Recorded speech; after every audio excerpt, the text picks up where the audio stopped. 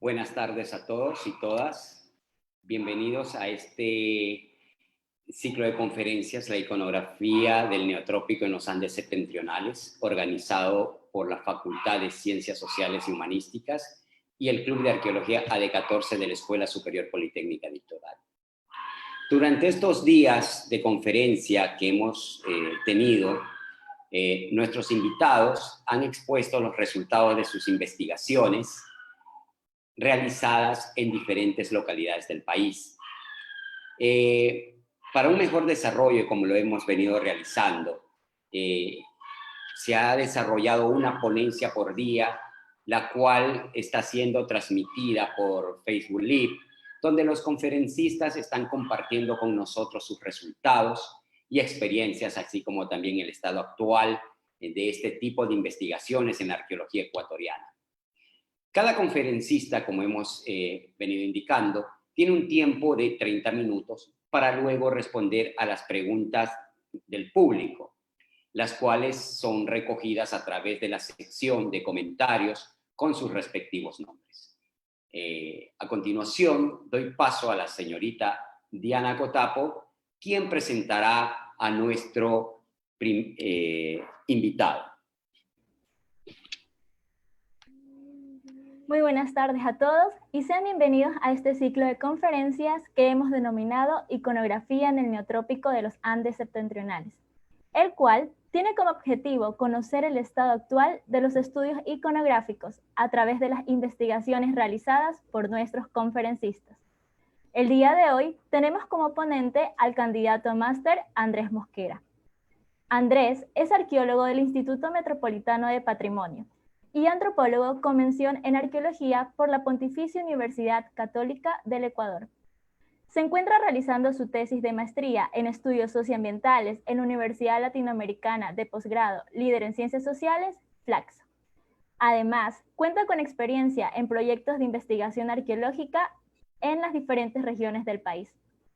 Su área de interés se basa en análisis espaciales en arqueología, iconografía prehispánica y el estudio de procesos culturales desde una perspectiva simbólica, histórica y ecológica. Para no demorar más con el currículum extenso de Andrés y sin más preámbulos, damos paso a la ponencia titulada Lectura del arte rupestre de las sociedades selváticas de la Amazonía Sur del Ecuador.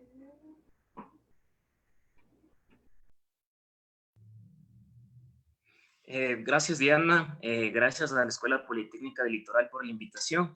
Y bueno, pues les voy a compartir los resultados de la investigación que hice para obtener el título de antropólogo con mención en arqueología por la Pontificia Universidad Católica del Ecuador. Para mí es muy importante compartir un poco esta experiencia debido a que, fue todo un proceso que inició, bueno, pues cuando arranqué como en mi formación actualmente como arqueólogo, pero fue interesante porque pude participar en proyectos que fueron diseñando los profesores de la carrera, y de esta manera nos vinculamos varios alumnos y pudimos elaborar varias tesis de un proyecto que elaboró la doctora María Fernanda Ugalde. Y bueno, pues esta es una parte de todos los resultados que se generaron de las investigaciones que hicimos en el Cerro Catacho. Como pueden ver, vamos a abordar temas de arte rupestre, específicamente temas de análisis semiótico de petroglifos. El Cerro Catacho está ubicado en la provincia de Morona, Santiago, en el cantón Limón Indanza. He estructurado esta presentación de la siguiente manera. En la primera parte voy a hablar sobre los antecedentes arqueológicos. A continuación, es muy importante, voy a desarrollar el marco teórico metodológico. Algo importante que les quiero comentar es que desde mi punto de vista, uno de los mayores aportes de esta tesis de pregrado es precisamente este esfuerzo por teorizar, por realizar nuevas aproximaciones a la cultura material, y en este caso seguir una nueva línea de investigación que se fue generando en la Pontificia Universidad Católica del Ecuador, que está vinculada con temas de arqueología postprocesual. Posteriormente voy a hablar sobre la clasificación de cómo pude ordenar todo este gran universo de estudio, y parte fundamental del análisis es la combinatoria de estos elementos, tomando como base una metodología generada a partir de la semiótica. Y finalmente presentaré los resultados. Acerca de los antecedentes arqueológicos voy a ser muy esquemático, debido a que, bueno, pues lo importante es un poco poner en contexto de manera general las investigaciones arqueológicas que se han desarrollado en Morona, Santiago, pero también es importante tomar en cuenta esto porque hay que dejar en claro que los petroglifos del Cerro Catacho en alguna medida hace falta mucho más investigación, sobre todo de excavaciones arqueológicas, para poder contextualizar toda la información que se ha realizado a partir del análisis iconográfico, semiótico, incluso de arqueología del paisaje, para poder contextualizar toda esta información y tener mayores contenidos. En alguna medida es importante, o mejor dicho, en gran medida es importante acercarnos a estos antecedentes arqueológicos de Morona, Santiago, para tener un panorama general de las investigaciones que se han hecho. Voy a mencionar quizás algunas de las más importantes y solamente para tener un esquema general de la secuencia ocupacional que se ha definido para algunos sitios arqueológicos de Morona, Santiago. Pues empezar con las investigaciones pioneras que hizo Pedro Porras. Él identifica el complejo arqueológico Sangay. Posteriormente, Ernesto Salazar realiza investigaciones en la cuenca del Alto Pano, identificando aldeas agrícolas que se caracterizan por plataformas artificiales con plazas en su interior y que incluso están conectadas por caminos son sitios de arquitectura monumental. Salazar menciona que estos montículos artificiales fueron construidos a partir del 400 a.C., es decir, ya los vincula un poco con el desarrollo regional. Quizás una de las investigaciones que mayor impacto han tenido, pues que se han generado en los últimos años también nuevos aportes, es la de Stephen Rostán, que realiza investigaciones de igual manera en el sitio arqueológico Huapula, y él lo que hace básicamente son excavaciones para definir una secuencia ocupacional de este sitio en Huapula, y básicamente lo que hace Rostán es definir dos ocupaciones. La primera, que es precisamente la que es conocida por la tradición cerámico pano, que va del 700 AC al 400 DC. Y posteriormente define que hay otra ocupación, al que denomina conjunto cerámico Huapula, que va del 700 al 1200 después de Cristo. Las características del primer conjunto cerámico serían estas bandas rojas entre incisiones, como pueden ver en la lámina en la parte superior, y en la parte inferior lo que caracteriza la segunda ocupación, que es básicamente la cerámica que se conoce como parte del horizonte corrugado. Esto es importante, ¿por qué? Porque en el marco de la prospección arqueológica que se realizó para identificar, referenciar e inventariar estos petroglifos del Cerro Catacho, en algunos sitios se encontró en superficie cerámica que estaría vinculada con este horizonte corrugado. Entonces es importante que por lo menos sí podemos mencionar que hay una ocupación arqueológica en toda esta área en la que se realizó esta prospección arqueológica. Entonces, un poco para tener más datos y poder contextualizar la ocupación Huapula, Jean Gouffroy, él menciona que este horizonte corrugado estaría relacionado más bien con la llegada de grupos protohistóricos que son los que anteceden a los grupos étnicos que actualmente ocupan este territorio, que son los Shuar y los Achuar. Entonces, quizás estos grupos llegan a partir del 700 después de Cristo, permanecen viviendo en este territorio y ya actualmente ya se los conoce con estos nombres como Shuar y Achuar, pero que son parte de una gran familia lingüística que están ocupando distintos lugares de la Amazonía. Entonces, lo que se plantea básicamente es que los constructores de los montículos fueron los que empezaron a ser construidos a partir de la fase Upano, que estaría en el desarrollo regional, y posteriormente pasan a ser ocupados por una nueva cultura, un nuevo grupo étnico que está vinculado sobre todo con este conjunto cerámico Huapula. También es importante mencionar que se ha redefinido un poco esta secuencia, sobre todo con investigaciones que se han realizado en el sitio arqueológico La Lomita, que fue excavado por Salazar, y en este caso Estanislao Pazmiño menciona que hay 3 ocupaciones en el sitio, y a la más temprana le llama La Lomita. Entonces, esta ocupación sería más temprana a la de los constructores de los montículos artificiales. Ahora sí, un poco para ya entrar en el área de estudio. Como pueden ver, en la lámina, en la parte izquierda, pueden ver la ubicación de Morona, Santiago, está en la Amazonía sur del Ecuador, y la ubicación del cantón Limón Indanza. Pueden ver todos los sitios arqueológicos que hay una alta densidad de sitios arqueológicos en Morona, Santiago. En la parte norte está ubicado Huapula, en la parte baja podemos encontrar Limón Guindanza. Comentarles este proyecto de investigación del que fui parte, en gran medida, o sea, fue financiado por la Pontificia Universidad Católica del Ecuador, pero también se generó un proyecto denominado Registro de los Petroglifos de Catacho, Morona, Santiago, que fue auspiciado por la Regional 6 del Instituto Nacional de Patrimonio Cultural. El proyecto de la Católica, bueno, pues yo fui parte cuando estaba cursando los talleres de arqueología, que son fundamentales porque una vez que tú estás diseñando tu investigación, si ejecutas todos los pasos, puede ser parte ya de tu tesis de pregrado. Entonces, en este caso, yo aproveché esta oportunidad para poder hacer trabajo de campo y posteriormente utilizar todos estos datos para mi análisis y para mi tesis de pregrado. Entonces, como resultados, bueno, pues se georreferenciaron 122 piedras con grabados, 122 petroglifos.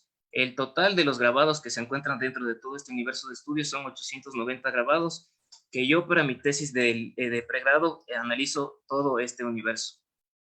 Algo acerca del levantamiento de la información, de la metodología. Es importante mencionar que se aplicaron varias metodologías con la finalidad de afectar lo menos posible a estos bienes culturales.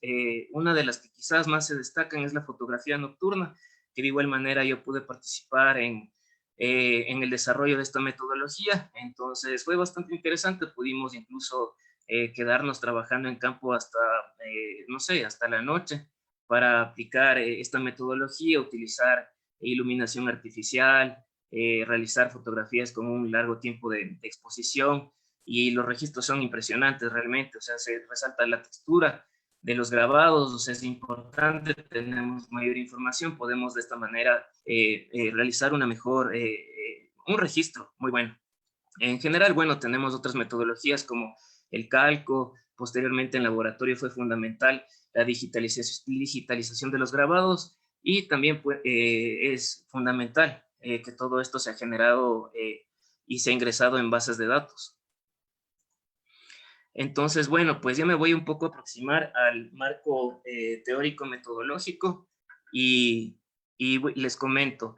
O sea, en esta investigación yo realizo una aproximación a la cultura material como un hecho externo a las conciencias individuales. Es decir, yo planteo que los petroglifos son elaborados por un grupo cultural y no por individuos, es decir, por personas que son parte de un colectivo, que están compartiendo convenciones, que tienen... para transmitir mensajes, tienen leyes y códigos a fin de que se realice, que se pueda llegar a una comunicación. Es decir, para que se puedan transmitir estos mensajes, se tienen que respetar estas leyes y códigos. Yo entiendo los petroglifos como representaciones visuales, compuestas por signos, que son parte de un sistema que permite que haya comunicación. Como les comentaba, los petroglifos pueden estar vinculados dentro de una categoría general que viene a ser el arte rupestre. Es interesante la palabra arte porque nos vincula con también otra noción, una categoría de lenguaje. Y de esta manera yo un poco entiendo que los petroglifos tendrían una función comunicativa. Y yo lo que estoy planteando es que este sistema de comunicación es un sistema de comunicación no verbal. Es decir, de manera similar como cuando nosotros hablamos, vamos fijando palabras a través de la expresión. Las personas que en este caso fueron plasmando los petroglifos fueron fijando, o sea, sus mensajes a través de la fijación de los grabados en las rocas. Plantearles el problema de estudio. Yo concibo a los petroglifos como un sistema de representación visual. Me planteo que existen reglas y leyes que permiten las combinaciones de los grabados en las rocas, y planteo que esta combinación y fijación de los grabados en las rocas responde a un ordenamiento lógico subyacente. Y con esto un poco les quiero mencionar que en gran medida dentro del marco teórico lo que yo utilizo son algunas herramientas del estructuralismo francés y del postestructuralismo. Sobre todo trabajo con Lévi-Strauss y Roland Barthes, y también un poco con Martinet, pero contextualizo el trabajo de Lévi-Strauss y Barthes, tomo las bases de Ferdinand de Saussure. Entonces, bueno, pues como hipótesis yo planteo que son los petroglifos un sistema semiótico y mi objetivo principal es establecer una o varias gramáticas de los grabados en la piedra comprendidos dentro de un sistema de comunicación. Como objetivos específicos, clasificar a los motivos de los petroglifos, analizar la combinatoria de los motivos dentro de las piedras para ir a la búsqueda de esta lógica subyacente.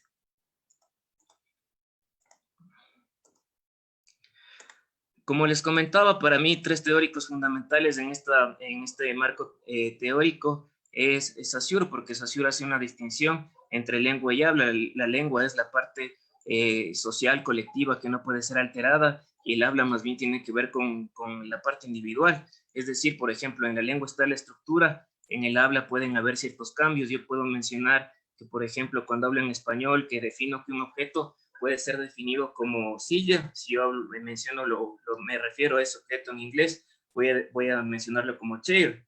Entonces, de igual manera, estos cambios más bien corresponden al campo del habla, pero en la lengua está la estructura. Entonces, yo trato de ir hacia entenderlo esto como una lengua, un lenguaje colectivo, entender que está compuesto por un significante y un significado. Para mí, por ejemplo, cada grabado en la piedra es un significante. La unión entre estos significantes es la que me va a arrojar un significado. También entiendo que hay unidades significativas y unidades distintivas. Un poco más adelante lo voy a poder explicar mejor cuando desarrolle el tema de la metodología de cómo fui realizando la clasificación y codificación de los grabados. Y lo importante es que yo trato de hablar de una gramática del arte rupestre, una manera en la que está estructurada lógicamente este lenguaje. Bueno, pues y también utilicé algunos conceptos de sintagma y paradigma para ver cómo hay distintas relaciones en la combinación de estos elementos dentro de las rocas. También es importante que yo, bueno, en esta investigación se considera que hay una similitud en la estructura de la escritura, el habla y la cultura material. Es decir, por ejemplo, que cuando yo menciono en esta oración, el león es mamífero y carnívoro, ahí hay una relación, ahí hay una disyunción. Pero, por ejemplo, yo estoy viendo una estructura en la que inicia un artículo, un sustantivo, y luego un verbo y un complemento. Es decir, esa es la estructura y esa es la estructura que tenemos actualmente en nuestra lengua. Pero la idea es un poco tratar de permear esto para aproximarnos a otras culturas, y de esta manera trato de leer los petroglifos a través de la metodología que les voy a plantear a continuación. Es importante también mencionar que la cultura material también es descrita de manera similar como cuando nosotros escribimos una oración. En este caso, los petroglifos pueden ser entendidos que, por ejemplo, cuando se fija un grabado en la roca, va a haber una separación, va a haber un espacio para poder fijar otro. Entonces, esto tiene que también ser analizado para tratar de identificar estas relaciones.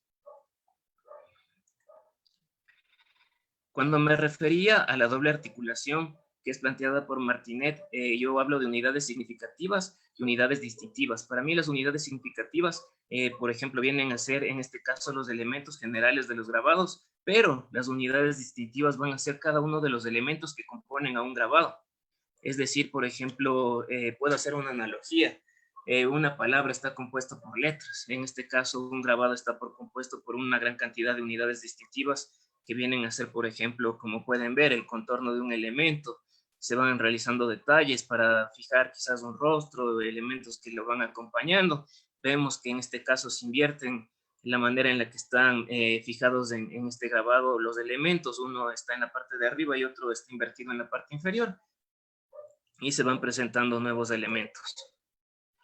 Y fue importante que yo en la codificación de un esfuerzo para realizar una codificación estuvo vinculado sobre todo con el tratar de eliminar un poco estas interpretaciones a priori que de alguna manera se han tratado de aplicar para analizar arte rupestre o incluso otras materialidades para, por ejemplo, en iconografía mencionar que desde mi perspectiva yo puedo decir esto es un ser antropomorfo, o puedo definir que es zoomorfo. De alguna manera ahí hay una interpretación previa que en esta investigación se quiso hacer un esfuerzo para tratar de complejizar esto y salir un poco de estas categorías que son más bien generadas por el investigador. Entonces lo que se hizo fue esta codificación en la que se generan estos códigos abstractos, pero precisamente está vinculado con el tema de cómo fui codificando a través de estas unidades distintivas.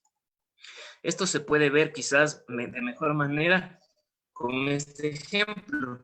Como pueden ver, vemos a un elemento que tiene un contorno, que yo empecé a definirlos a estos como un cuerpo, que está compuesto por extremidades, pero las extremidades en todo este conjunto van a tener ciertas variaciones. Entonces, por ejemplo, hay características de ciertas extremidades superiores, entonces se las fue clasificando. Cada una de las diferencias iban a tener, por ejemplo, números romanos. De igual manera, para las extremidades inferiores, y en el caso de que hayan, por ejemplo, elementos como estos puntos que pueden representar un rostro, se les puso una codificación con la K y la A, y de acuerdo a las características se las clasificaba con números romanos. Entonces, por ejemplo, ese era el código con el que iba trabajando, y esto se ingresaba en la base de datos para ver las relaciones entre estos distintos elementos, unidades distintivas, y ver en qué manera esto se repite, y de esta manera ir definiendo personajes y a futuro y posteriormente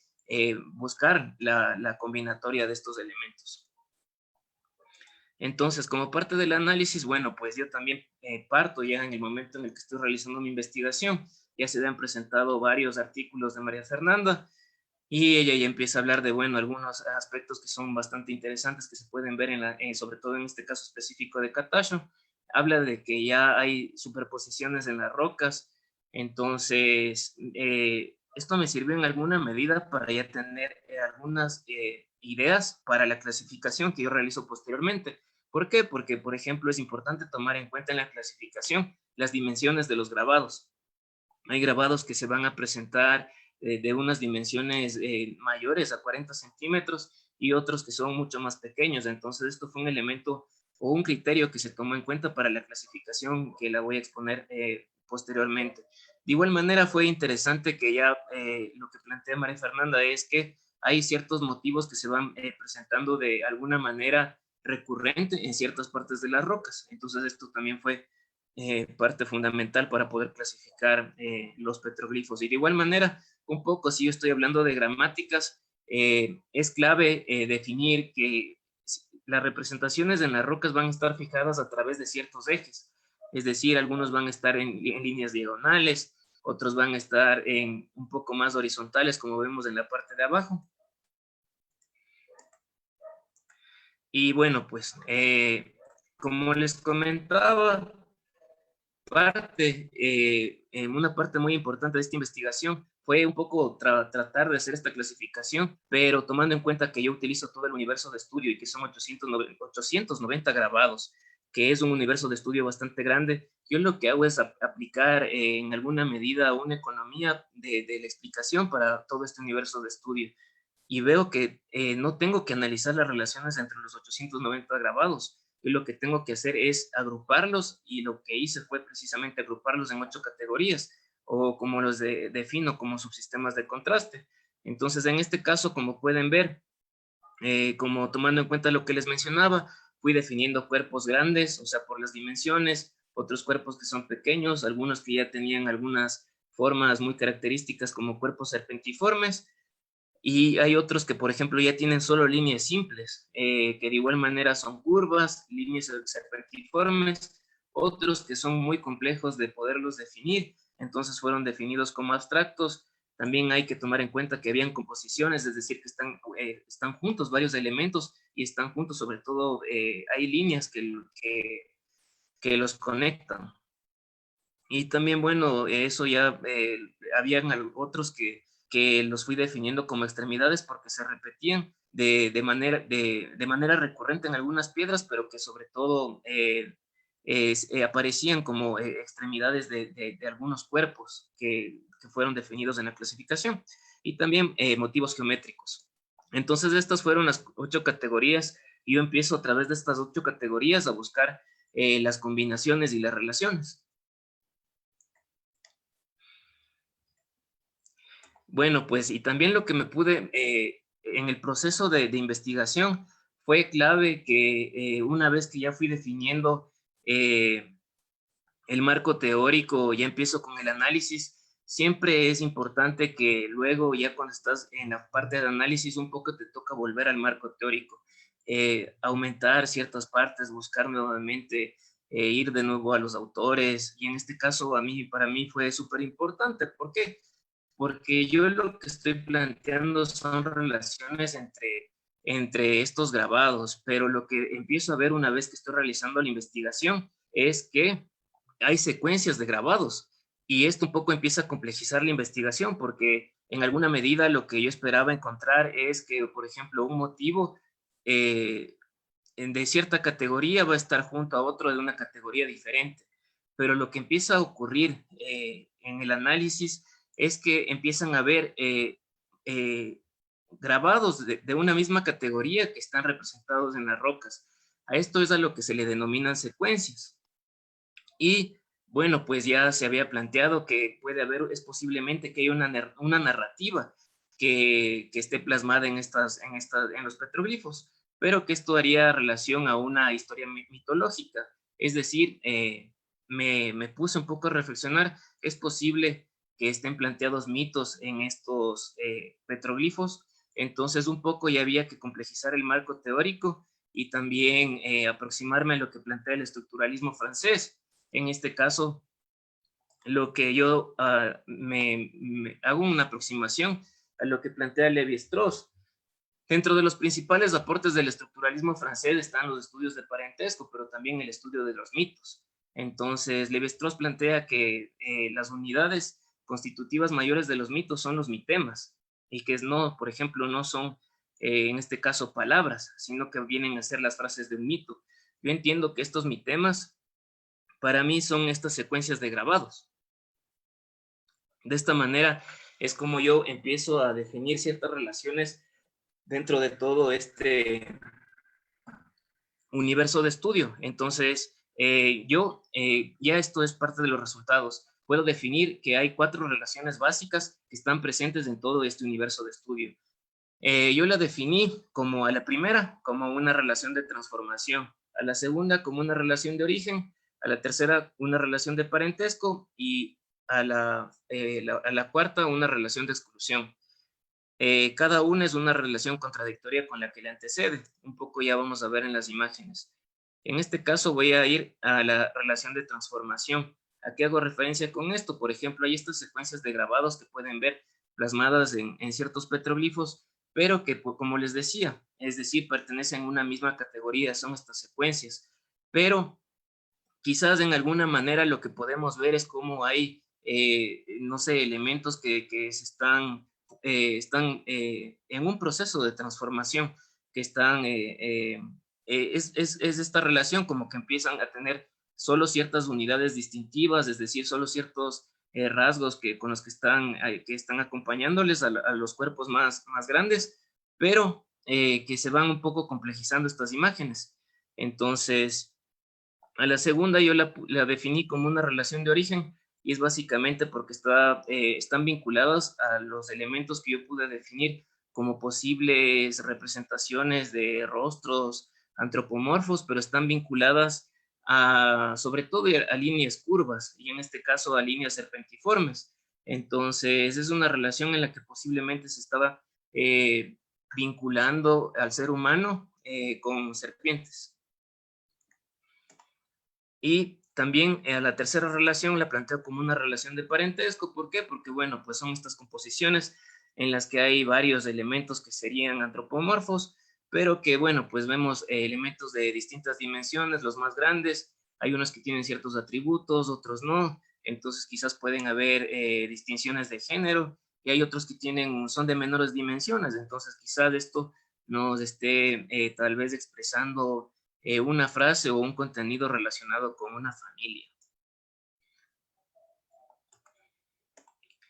También planteo una relación de exclusión, esta ya es la final, y como les comentaba, hay que tomar en cuenta que van a haber grabados que están fijados en las rocas en ciertos sectores y otros no. En la parte superior de las rocas se pudo identificar que en varios petroglifos habían estas representaciones de lo que fueron definidos como posibles monos, que es lo que ustedes ven en esta imagen, y en las partes inferiores, sobre todo había representaciones de estas líneas curvas o serpentiformes. Entonces hay una oposición, la parte de arriba para ciertos grabados zoomorfos, posiblemente monos, la parte inferior para estos también motivos zoomorfos, que serían serpentiformes. Entonces, un poco ya para desarrollar un poco más ya las ideas y también ya ir terminando. Entonces, en el primer grupo, como les comentaba, hay estas relaciones y hay estas secuencias dentro de elementos, pero que están dentro de una misma categoría. Es decir, solo se representan serpientes, solo se pueden representar monos, solo líneas serpentiformes. Entonces, es esta relación de transformación, o sea, elementos de una misma categoría representados en una secuencia. El segundo grupo ya es diferente al anterior, porque ya vemos que hay combinaciones de categorías. Hay representaciones de serpientes con seres humanos y de grabados abstractos con grabados geométricos. A la tercera relación, sobre todo ya vemos estas composiciones que eran las que hacía referencia con esta relación de parentesco, en la que hay posiblemente un hombre, una mujer y un niño, que quizás esto nos esté diciendo que esto hace referencia a una familia.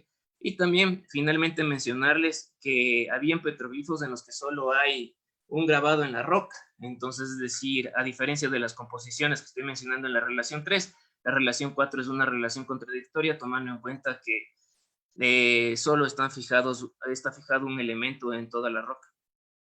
Y a esto es a lo que yo también, bueno, aplicando el marco teórico, se puede definir como relaciones sintagmáticas, es decir, por ejemplo, en un sintagma quiere decir que, por ejemplo, en una oración se fija el artículo, el sustantivo, el verbo, y de esa manera es la estructura. Pero la relación paradigmática es en la que, por ejemplo, en los artículos yo puedo cambiarlos, por ejemplo, el, la, los, las, el que yo quiera, los sustantivos de igual manera. Si yo, por ejemplo, tengo esta estructura, tomando en cuenta este modelo que yo les estoy planteando, para mí es un poco irrelevante que, por ejemplo, en la estructura cambie uno de los elementos por otro dentro de la misma categoría, porque están clasificados, es decir, pertenecen a un mismo grupo, y más que nada esto demuestra que el modelo opera, el modelo teórico opera. Entonces, un poco ya para ir desarrollando algunas ideas que me parecen que ya son un poco más complejas, pero algo sí se puede ver en todo el análisis de estos petroglifos, es que sí, se puede mencionar que hay distintos momentos en los que fueron grabados estos motivos o estos grabados. ¿Por qué? Porque hay superposiciones, hay diferencias en el grosor de la canaladura, y también porque, por ejemplo, como les menciono, van a haber ciertos motivos o más bien que se presentan composiciones a diferencias de ciertos grabados que solamente están aislados, es decir, solo aparece uno fijado en una roca. Algo lo que también me pareció importante fue definir como el fenómeno de la abreviación, es decir, Ugalde lo menciona como una evolución estilística, pero yo lo menciono como una abreviación, tomando en cuenta que, por ejemplo, vean estas imágenes, o sea, el que tiene la mayor acanaladura, el grosor de la acanaladura es el que está en la parte de izquierda. Entonces aparece un elemento similar en varios petroglifos, pero es como que si tomamos en cuenta, o bueno, tomando en cuenta en el análisis el grosor de la acanaladura, los que están con menor acanaladura van a estar a la derecha. Entonces va un poco, si pueden ver, va cambiando el contenido, es decir, para mí, dentro utilizando las categorías que he planteado en esta presentación, es decir, van a tener menos unidades distintivas quizás de este mismo elemento.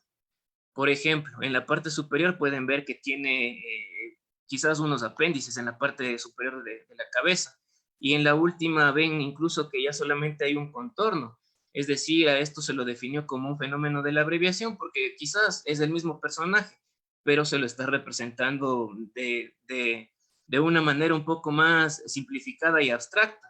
Pero lo importante es que quizás está representando al mismo personaje, entonces estaría dentro de un mismo campo semántico, es decir, tendría un mismo significado.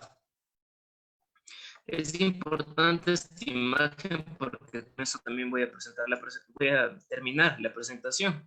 Entonces, bueno, pues ya para terminar y presentarles las conclusiones, yo planteo que, bueno, pues sí hay una lógica, que hay una estructura en este pensamiento, en la representación de estos grabados. Menciono cómo opera este modelo, que defino estas 4 categorías, estas 4 relaciones básicas. Se logró hacer esta clasificación a través de estas 8 categorías.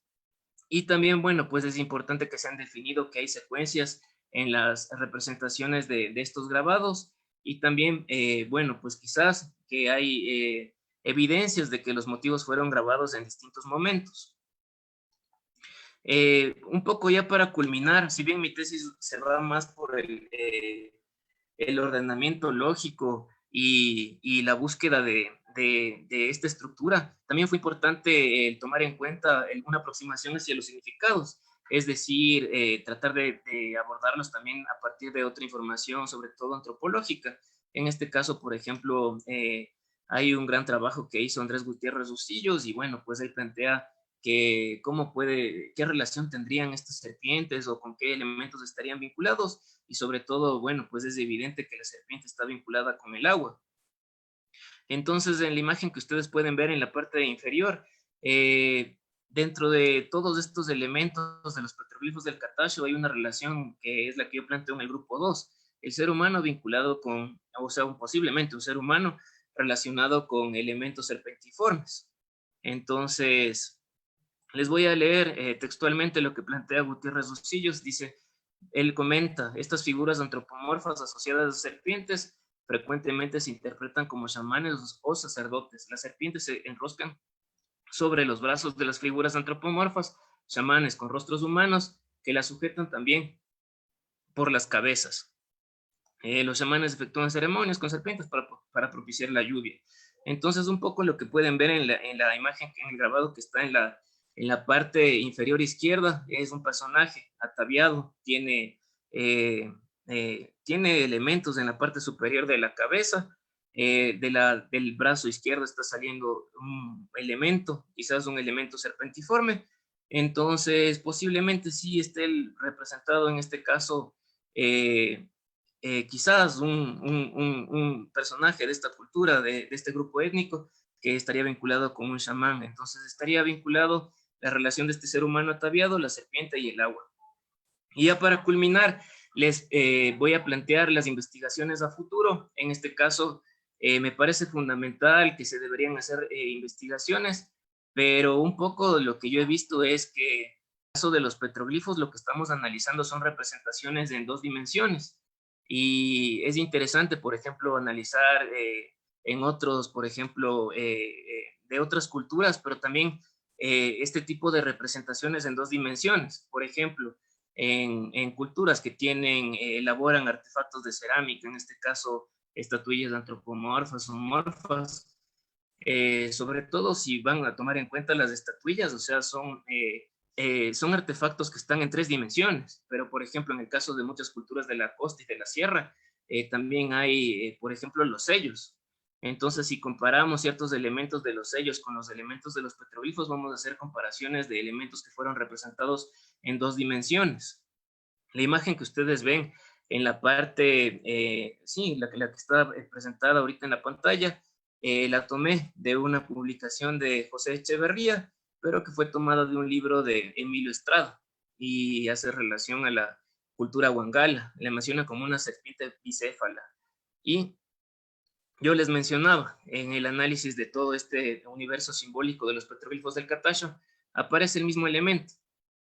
Entonces, es interesante, o sea, las investigaciones a futuro irían hacia ese camino, analizar representaciones en 2 dimensiones de distintas culturas, un poco para ver cómo se han ido distribuyendo estas formas de representación, pero también de igual manera para ver cómo se han ido un poco distribuyendo estos pensamientos que de alguna manera, o cómo se llega a interpretar, es que están vinculados con el pensamiento andino, que sobre todo está relacionada con la unión del pensamiento de la Amazonía, la sierra y la costa. Eso es todo. Yo con eso culmino con mi presentación y doy paso a las preguntas. Gracias. Bueno, muchas gracias al arqueólogo Andrés Mosquera por su ponencia. Vamos a pasar a las preguntas del público, tomadas a través de Facebook Live. Y una de las primeras preguntas de Natalia López. Nos pregunta, ¿en qué partes del Ecuador se pueden encontrar los petroglifos?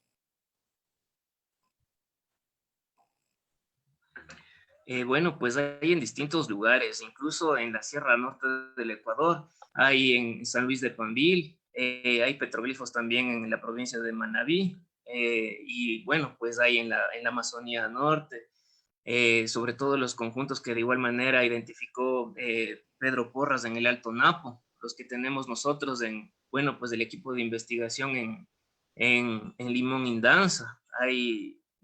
Recuerdo que hasta el momento en el que estuvimos haciendo trabajo de campo, había unos moradores en las que hay todavía evidencias de estas representaciones, de petroglifos, pero o sea, un poco la investigación que hicimos con la Pontificia Universidad Católica se delimitó por las cuencas hidrográficas de los ríos Catacho, Chinampis e Indanza. Entonces, en esa área de estudio fue en la que se identificaron estos 122 petroglifos, pero de hecho en Morona Santiago deben de haber muchos más. Y lo importante es de igual manera que se continúen actualizando los inventarios para tener todo este a futuro. Lo ideal es que sea analizada y publicada, sobre todo tomando en cuenta proyectos para la puesta en valor. Listo. De parte de Génesis Reyes, también a través de Facebook Live, pregunta, buenas tardes, ¿se ha considerado que en la creación de los petroglifos también tuvieron intervención los niños? Si es así, ¿qué factores se toman en cuenta y si existe alguna forma de diferenciarlos?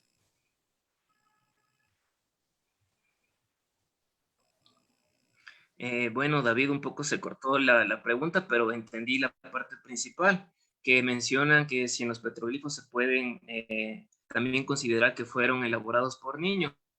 Entonces, lo que habría que tomar en cuenta es básicamente que lo que se está planteando con esta investigación es que no es solo una persona la que está realizando estas representaciones, pero hay que tomar en cuenta un dato. Muchos de los grabados se encuentran en las crestas de las rocas y las rocas son de grandes dimensiones, entonces un poco lo que se pudiera ver ahí es que va a ser de difícil acceso también para un infante. Entonces quizás por ahí habría una limitación. Es un poco complicado poderlo definir o asegurarlo, pero yo lo veo un poco que va por ahí. Sería complicado acceder a esos espacios de la roca y también el trabajo, la inversión de energía para definir estos grabados sería bastante grande. Entonces, por ahí iría como que quizás los que fijaron los grabados, sobre todo corresponde a una parte adulta de la población. Entiendo. De parte de Mauricio Velasco, pregunta, ¿existe la posibilidad de presencia de pintura rupestre en la Amazonía ecuatoriana como en el Chiribiquete colombiano o Pedra Furada en Brasil? Gracias, Mauricio, por la pregunta. Un saludo. O sea, es que mira, o sea, pensando, o sea, como investigador, pudiese haber, hasta el momento no se ha registrado. De los datos con los que yo he trabajado, te puedo mencionar que acerca de arte rupestre aquí en Ecuador, sobre todo tenemos estas evidencias de petroglifos. No puedo descartar que existan en otros sectores otras evidencias de arte rupestre como pintura, precisamente rupestre. Quizás habría que un poco plantearnos eso como una pregunta de investigación y definir trabajos de prospección arqueológica, quizás para un poco ir hacia identificar estos sitios arqueológicos, que también, bueno, un poco de lo que se puede ver, si lo abordo esquemáticamente, es que las sociedades que están elaborando, sobre todo pintura rupestre, serían un poco más de cazadores-recolectores, entonces también habría que tomar en cuenta esos elementos. Pero lo que puedo mencionarle a Mauricio es que hasta el momento no hay el dato, pero la idea es un poco planteárselo y ver si se puede llegar a hacer una investigación que pudiera arrojar esos resultados. De parte del profesor Guillermo Mongeló, pregunta, ¿fue posible hacer algún tipo de comparación de los motivos o tipos de los grabados con la decoración de la cerámica en sitios cercanos? Por el momento, les comento el estado de la investigación. Dentro de todas las tesis de pregrado que se realizaron en la Católica, la mayoría fueron enfocados en temas de análisis, en este caso el mío semiótico, análisis de arqueología del paisaje, para ver, por ejemplo, en qué medida están ciertos grabados de la roca, ciertos grabados de los petroglifos están orientados y quizás tomando en cuenta ciertos elementos geográficos, como en este caso el Cerro Catacho, pero, o sea, es un campo muy amplio y sería fundamental para precisamente contextualizar, tratar de un poco de aplicar esta metodología a otras materialidades culturales, en este caso la cerámica de los distintos grupos étnicos que estaban ocupando Morona Santiago, sobre todo los lugares más cercanos. Entonces, esa sería una estrategia de investigación. Hasta el momento no se ha realizado esa investigación, pero sería muy interesante y más que nada es muy importante que se avance hacia allá para avanzar con temas que nos permitan la contextualización de los petroglifos. Listo. De parte de Diana Cotapo, ¿los petroglifos identificados en el Cerro Catacho guardan alguna relación a nivel regional con otros identificados en el Napo por Porras o se tratan de discursos gramaticales distintos? Gracias por la pregunta, Diana. Mira, te puedo mencionar que en términos generales son distintos. O sea, lo que está pasando en la Amazonía Norte, hay otros procesos culturales, un poco más para la época tardía, sobre todo en las provincias de Napo, actualmente Orellana, hay una fuerte migración desde la Amazonía Central, que bueno, pues acá lo hemos definido como, o se ha definido como la fase Napo. Y o sea, como les comento, hay otros procesos culturales. Si podemos realizar algunas analogías, van a haber elementos que pueden ser similares. Por ejemplo, Porras define dentro del conjunto del Alto Napo a personajes como representados como palo de fósforo, que son lo que yo pude ver dentro del universo de las representaciones del Cerro Catacho, que hay muy pocos elementos que vendrían a encajar dentro de esta categoría, pero más bien lo que se puede plantear es que responden a procesos culturales distintos, y si es que algo les pudiera unir es tomar en cuenta esto, ¿no? Que las sociedades prehispánicas están en permanente contacto y que un poco hay ciertos pensamientos que se difunden ampliamente. Entonces, pero plantearnos como si gramaticalmente están relacionados, yo lo veo un poco más complejo, tomando en cuenta también los antecedentes que mencionaba en cuanto a las investigaciones arqueológicas y etnohistóricas, tomando en cuenta que en la Amazonía Sur, para integración tardía, hay una ocupación de un grupo protohistórico de los Shuar y los Achuar.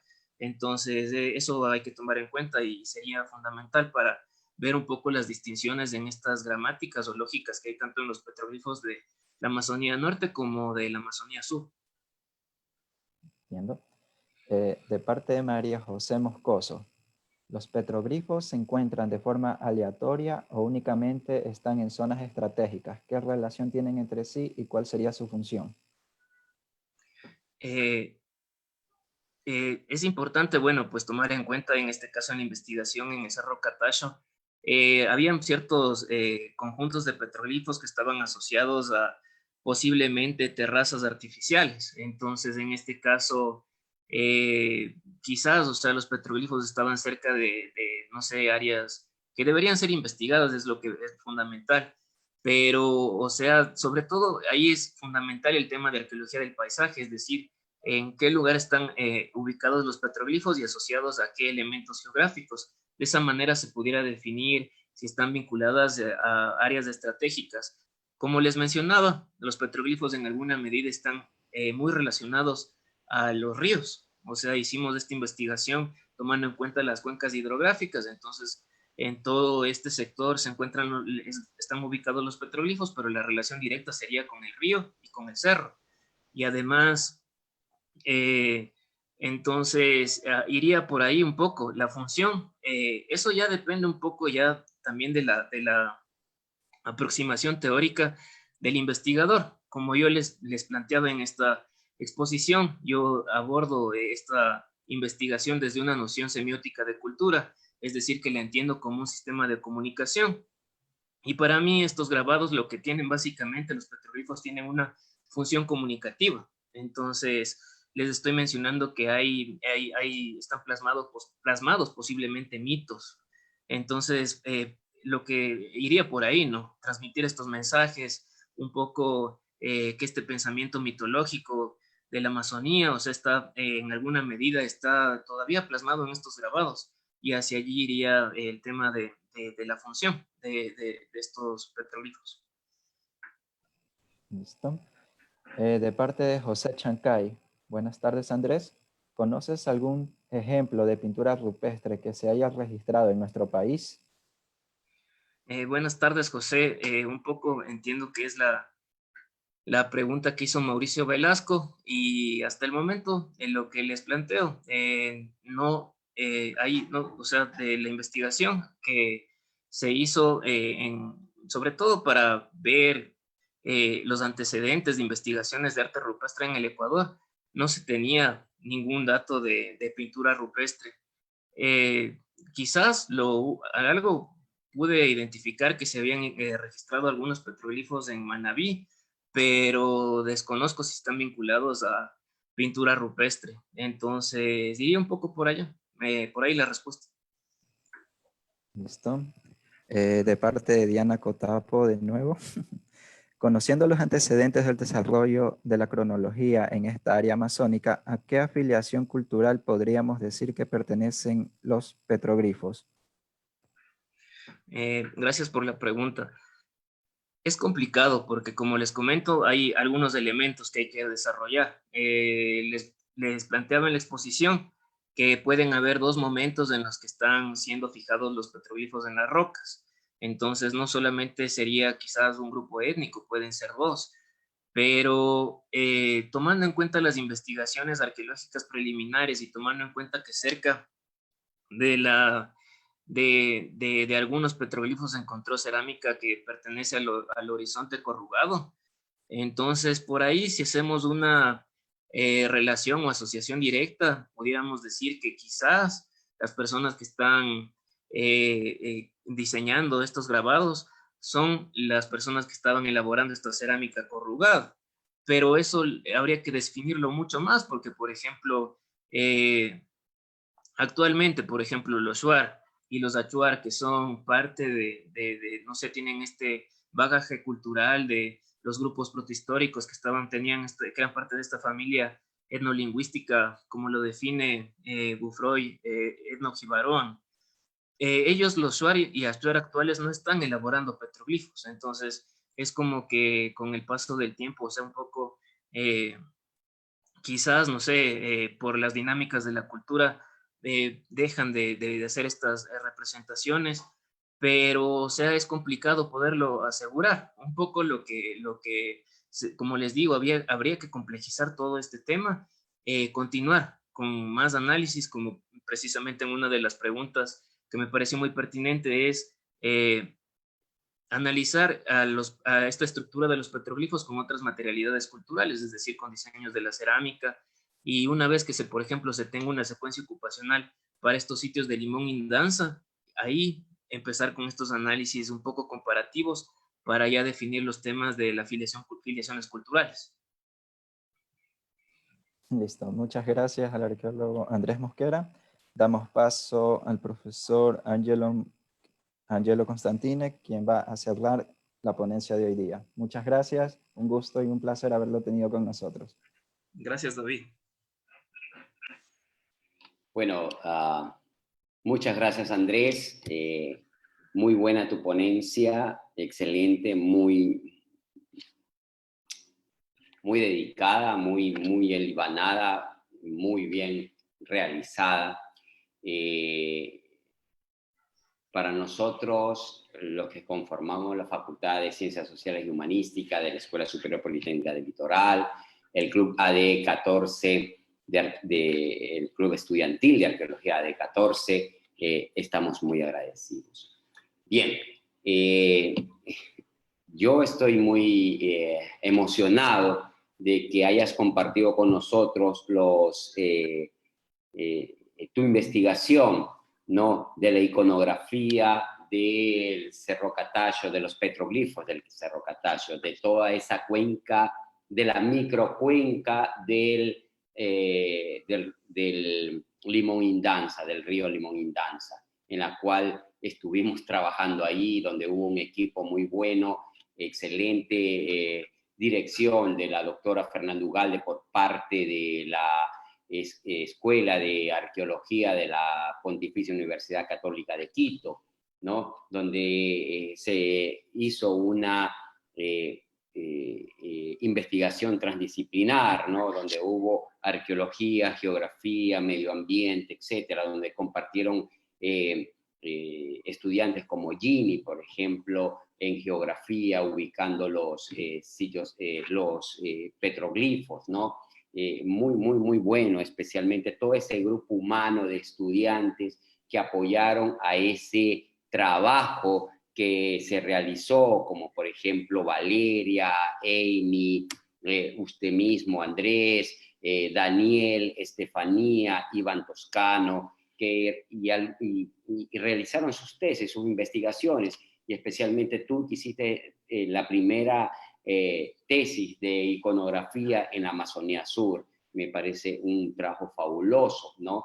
Y parte de esto es debido a que dentro de la cuestión del inventario de sitios arqueológicos en el país, donde el INPC documenta 13 petroglifos en Morona, Santiago, cuando en realidad son 133 solo en una sola cuenca, que es la cuenca del río Catallo. Y el trabajo realizado por los geógrafos que subdividimos las cuencas hidrográficas para seguir viendo si existen las otras cuencas más petroglifos, ¿no? Y hay mucho hilo por cortar ahí. Bueno, quedándonos en tu trabajo, nos presentas un análisis semiótico realizado en los petroglifos del Catallo, una propuesta semiótica, ¿no?, donde se abordan aspectos teóricos y metodológicos de la investigación, donde haces una referencia semiótica a la arqueología postprocesual y una clasificación de los grabados de los petroglifos, refiriéndote al análisis de acuerdo a tu propuesta de marco teórico y finalmente presentando los resultados. O sea, todo va concatenado para llegar a tus hipótesis y a tu propuesta y a tu finalidad, ¿no? En estos resultados tú destacas que se han establecido 4 grupos de relaciones básicas presentes en el conjunto de petroglifos del Catallo. Por tanto, relaciones entre grabados responden a conjuntos de reglas para combinaciones entre unidades significativas, o sea, de los grabados, ¿no? Que permiten las relaciones solo de ciertos elementos en contextos espaciales específicos en esas rocas. Eso es lo que prácticamente estás dando a conocer en tu investigación. Y bien, y como tú lo has señalado, falta más investigación. Fue la primera investigación en el 2011, una investigación transdisciplinar, una investigación muy metódica, muy metodológica, muy planificada, que después de 9 años, veo en la prensa, que va a darse por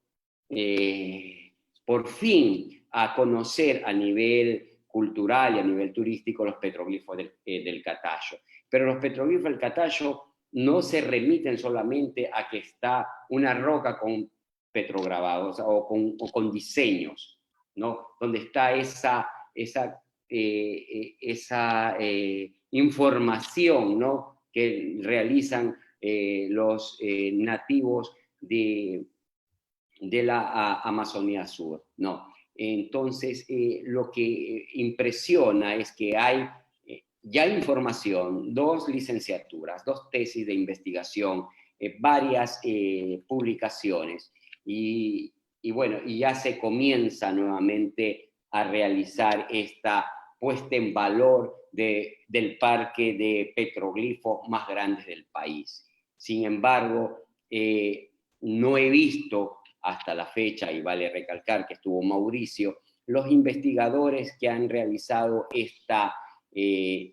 estos análisis, estas investigaciones, y ya se está poniendo en valor, cuando los investigadores deben de estar siempre a la vanguardia, presentes, qué es lo que está pasando, ¿no? Es una anotación que le hago a Mauricio, que yo sé que está presente, pero que me escuche y que me mande algún comentario en particular, y bueno, una felicitación más a todo ese equipo de trabajo que lo han realizado ustedes. Sin más que decir, te felicito, felicito mucho a todo ese grupo humano que conformó la doctora Ugalde y a la Escuela de Arqueología de la Pontificia Universidad Católica, en ese tiempo direccionada por la doctora Ugalde en arqueología, y poniendo a todos esos estudiantes, encarrilándolo a hacer sus investigaciones direccionadas a la investigación iconográfica, que nos dan ciertas aperturas para poder entender la dinámica existente. Bueno, a nombre de la Facultad de Ciencias Sociales y Humanísticas, a nombre de la Escuela Superior Politécnica del Litoral y del Club AD14, el Club Estudiantil de Arqueología, te agradecemos. Muchas gracias. Una muy buena presentación, muy hilvanada, muy hecha y realizada, y se ve la mano muy bien dirigida.